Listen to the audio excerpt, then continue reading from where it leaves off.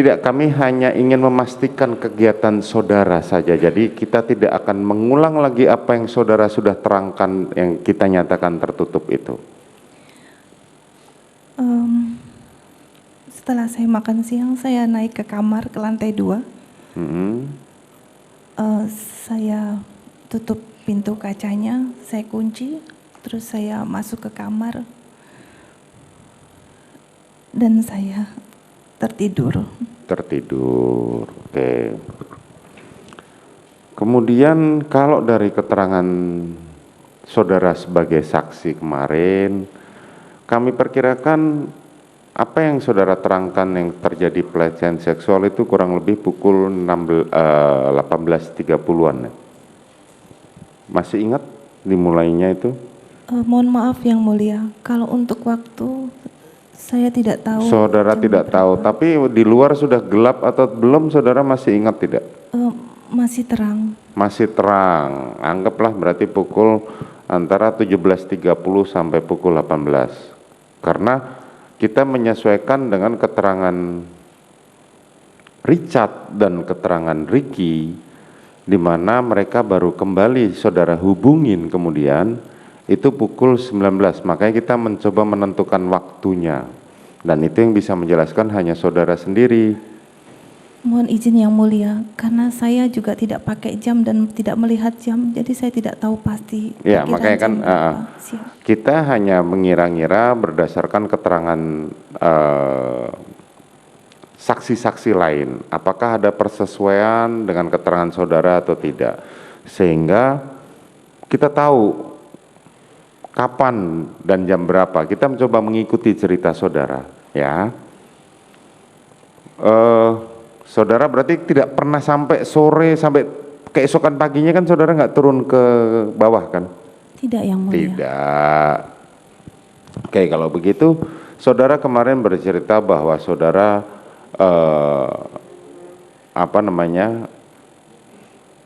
kan saudara tadi cerita pintu kaca itu kan saudara kunci ya? Iya Yang Mulia. Sehingga pintu kayunya tidak tetap terbuka.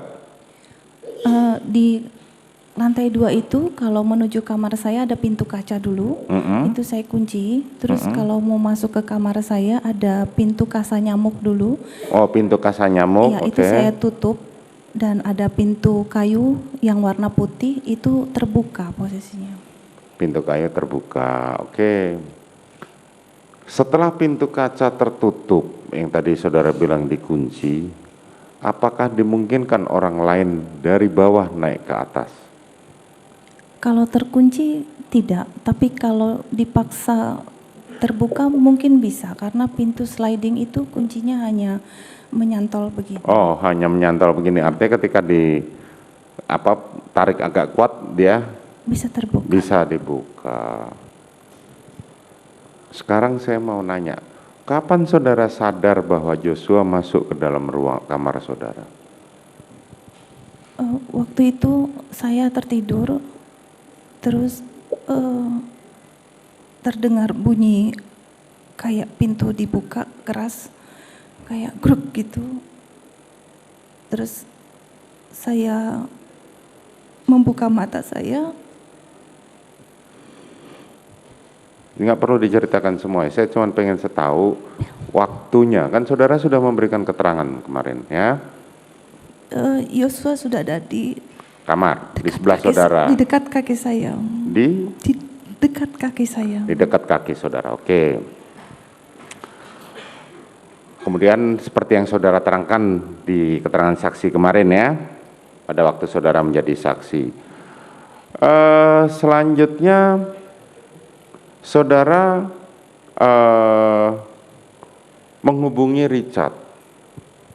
Iya yang. Betul ya. Pada waktu itu kan Susi naik dulu ya, waktu saudara jatuh terduduk itu. Setelah saya jatuh terduduk,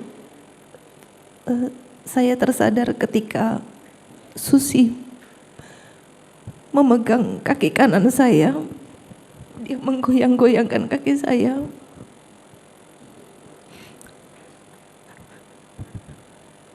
Dia bilang, ibu, ibu.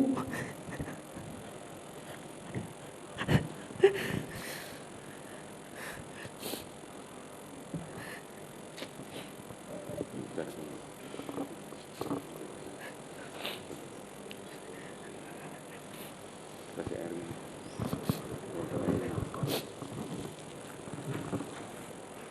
Bawakan air minum.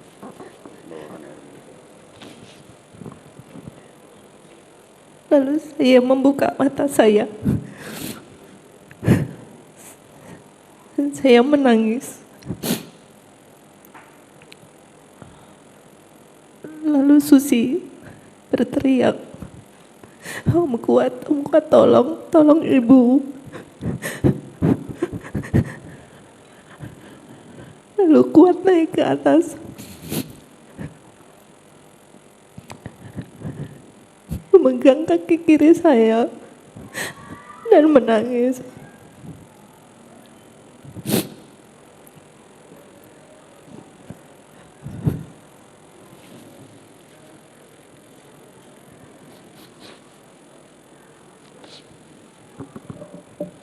Saya berikan minum.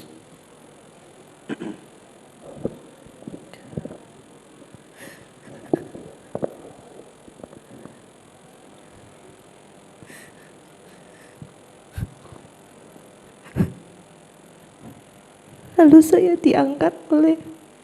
dibawa sama Kuat dan Susi ke dalam kamar.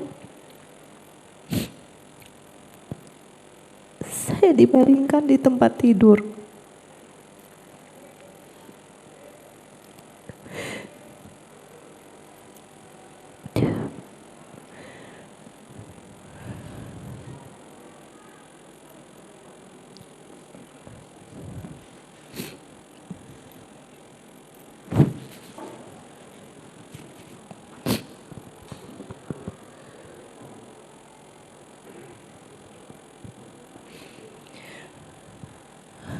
Lalu Susi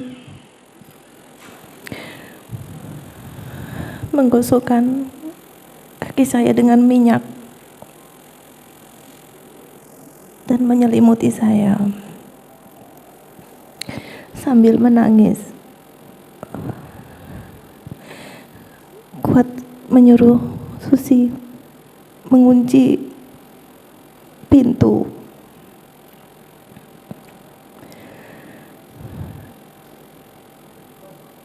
Lalu Kuat sepertinya turun ke bawah karena saya mendengar suara ribut-ribut di lantai 1. Agak keras ya suaranya. Enggak, maksudnya suaranya Kuat itu agak keras sampai terdengar saudara, berarti kan suaranya agak keras ya? Ribut-ribut itu? Iya. Betul ya? Iya.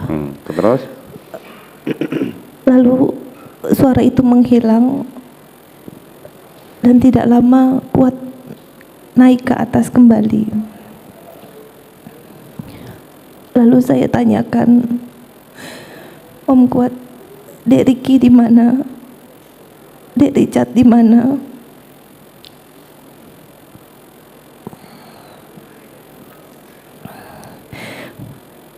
Sampaikan bahwa sedang ke sekolah anak saya. Saya bilang, tolong telepon Om. Tapi Om Kuat tidak bawa telepon saat itu karena teleponnya di bawah.